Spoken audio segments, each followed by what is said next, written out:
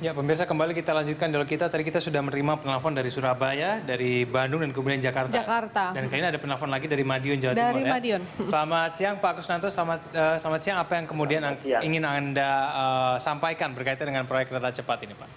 Iya. Silakan, Pak. Halo, selamat siang. Selamat siang Pak, silakan. Iya. Iya, Pak. Kalau Indonesia punya perusahaan kereta api, kenapa ngambil dari RRT atau Tiongkok atau di Cina gitu? Ya. Maaf Pak Kusnanto, mungkin suaranya bisa diperjelas begitu? Iya. Kan Indonesia punya perusahaan kereta api sendiri. Oke. Kenapa ngambil dari Cina? Oh, oke. Anda mempertanyakan kenapa kita harus jauh-jauh bekerja sama dengan orang Bekerja sama Cina. dengan begitu. Cina ya? Iya. Kalau kita ada Kan duitnya kami seharusnya di enggak ya Madiun Pak ya? punya perusahaan kereta api. Oke. Ya. Ya, Jadi itu. pada ngambil di Cina, mau di Jepang sama kualitasnya baik yang mana tuh? Emang kenapa sih Pak kalau kita ngambil atau kerjasama dengan perusahaan semacam Cina atau Jepang, menurut Pak Kusnanto kenapa Pak? Iya, nah itu gimana? Kalau perusahaan Jepang kan sudah kualitasnya sudah bagus, jelas. Kalau Cina kan belum kelihatan tuh. Ya. Makanya kalau kita membuat sendiri, kan kita bisa, Oke. ya bisa ditingkatkan. Ya. Baik, oke, baik. Terima kasih. Perusahaan kereta api kita ini ya. Oke, baik Pak Kusnanto, kita sudah menangkap.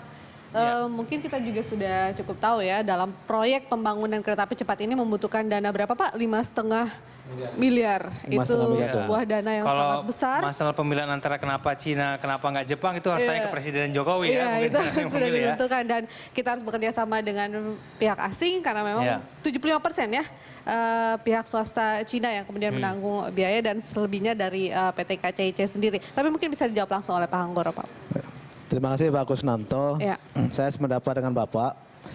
Nanti di dalam konsorsium ini kami juga akan menyiapkan satu agreement untuk membangun fabrikasi di Indonesia. Jadi Inka akan kita ajak, industri-industri yang terkait juga akan kita ajak. Supaya ada transfer teknologi dari Cina ke Indonesia. Jadi kuncinya dari Pak Kusnanto kan itu. Itu sudah dalam program. Artinya nanti dalam 10 tahun ke depan, 15 tahun ke depan, kita akan memiliki teknologi itu. Dan sudah dalam pembicaraan, nanti untuk pasar ASEAN dan lain-lain, itu akan diberikan kepada Indonesia. Kita siap untuk menjadi pabrikan kereta cepat. Memang masih di bawah dari bawah China Railway-nya, tetapi teknologi itu harus kita miliki. Oke, baik. Pak Anggoro, ini masih menanggapi terkait dengan proyek kereta api cepat ini. Dari beberapa poin-poin yang sudah sempat disampaikan Pak Dharma dan juga kritikan dari masyarakat, kemudian kita melihat bahwa mengapa proyek kereta api cepat ini kesannya dilakukan terburu-buru atau diputuskan terburu-buru, Pak. Apalagi ternyata setelah groundbreaking ada polemik seperti ini, ada keinginan untuk pemerintah memberikan jaminan, namun dari pihak pemerintah justru tidak ingin memberikan jaminannya. Kalau dibilang terburu-buru, kami ini kan mendapat penugasan. Berdasarkan peraturan Presiden nomor 107 itu tentang kereta api cepat. Kami mendapat penugasan untuk mengelola kereta cepat ini. Kami berusaha untuk memenuhi semua peraturan prosedur yang berlaku. Dan kami mencoba untuk memenuhi semua ketentuan yang berlaku. Ada suratnya Bapak Menteri Perhubungan 21 Oktober dan kita berusaha untuk memenuhi ini. 100% kita berusaha untuk memenuhi ini. Artinya kalau dibilang terburu-buru, enggak juga. Karena ini menyampaikan secara normatif. Tapi bukan desakan dari Presiden sendiri bahwa proyek ini harus segera jalan begitu Pak?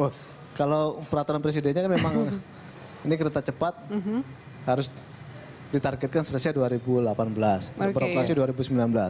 Ya kami berusaha proaktif untuk mengajukan prosedur persyaratan yang diberlakukan.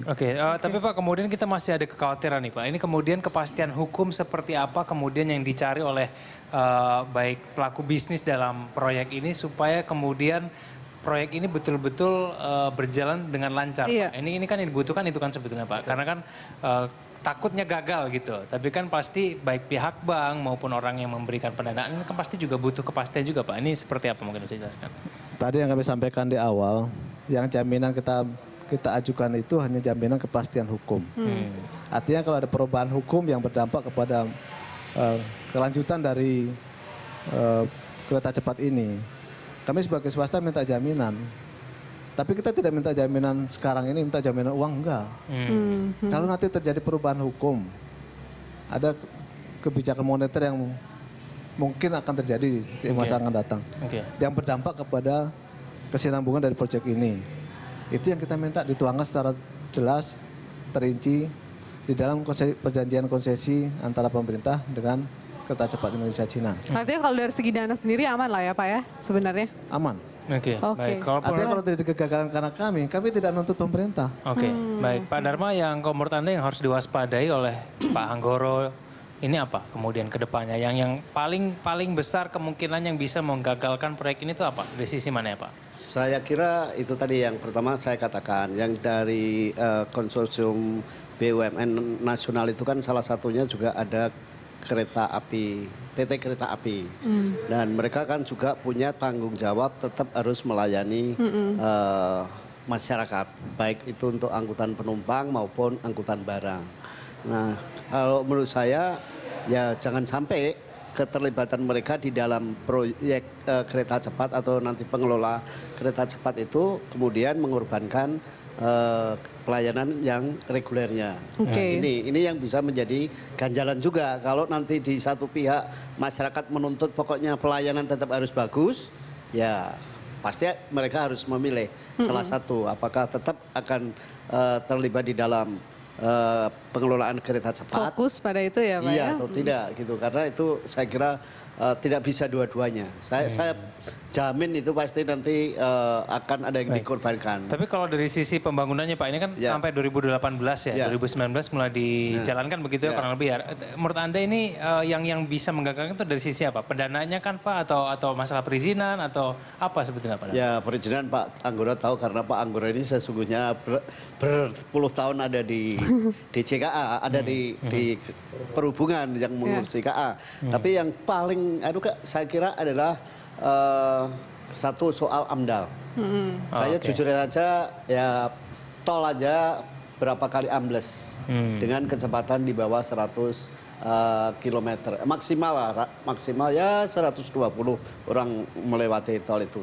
Tapi toh bisa ambles. Belum lagi ini nanti kecepatannya begitu tinggi. Oke. Takutnya ntar ambles juga gitu Pak. Saya sih. Mudah-mudahan enggak Pak. Ya kita masih ada lagi satu penelpon. Pak Hendrik dari Batam. Halo Pak Hendrik. Selamat siang. Siang Bu. Ya. Silakan Pak Hendrik. Ya, jelas Bu ya. Ya jelas, silakan Pak Hendrik. Ya, saya ada beberapa pertanyaan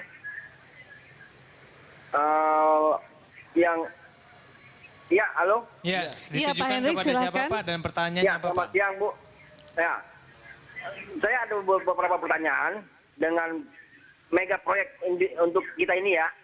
Kami yang di Batam sangat setuju sekali karena ibu kota itu harus ditata rapi dengan berlalu lintas gitu. Ya.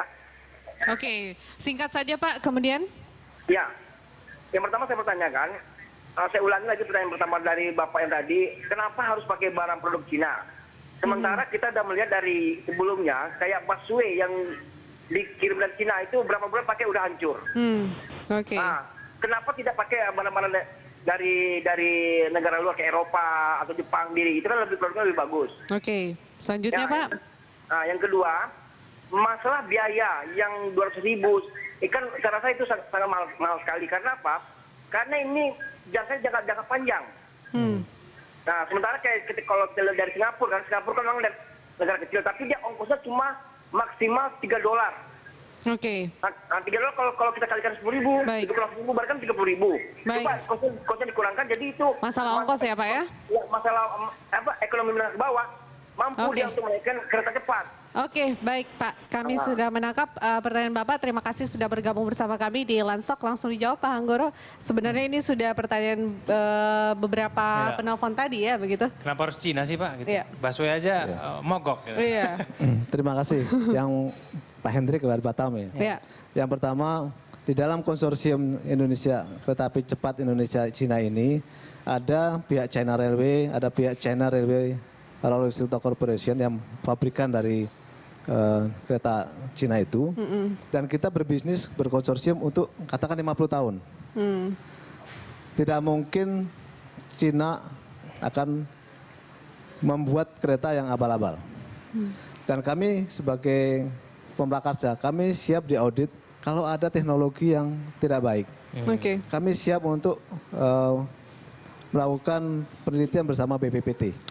Agar produk yang ditawarkan, produk yang akan dibawa ke Indonesia adalah produk yang number one. Baik. Jadi ini supaya jangan ragu begitu ya Pak Henry. Beda dengan motor Cina, beda dengan yang lain-lain, yang mereka hanya jualan. Bisa dijamin Pak ya ini pihak Cinanya betul-betul serius, kan kita tahu ekonomi Cina lagi menurun juga nih Pak. Jangan-jangan di tengah jalan pendanaan macet atau gimana Pak? Kami terbuka untuk diaudit. Baik, Pak Anggoro, satu pertanyaan lagi ini Pak. Nih, misalnya kan dari pihak KCIC meminta jaminan dari pemerintah. Seandainya pemerintah tidak ingin memberikan jaminan, itu informasi terakhir yang kita tahu bahwa pemerintah tidak akan memberikan jaminan apa-apa, begitu karena sistem B2B ini. Begini, yang perlu kami sampaikan kepada semua masyarakat, kembali ini ada proyek swasta. Kondisi saat ini pemerintah tidak mau proyek yang besar ini menjadi utang negara.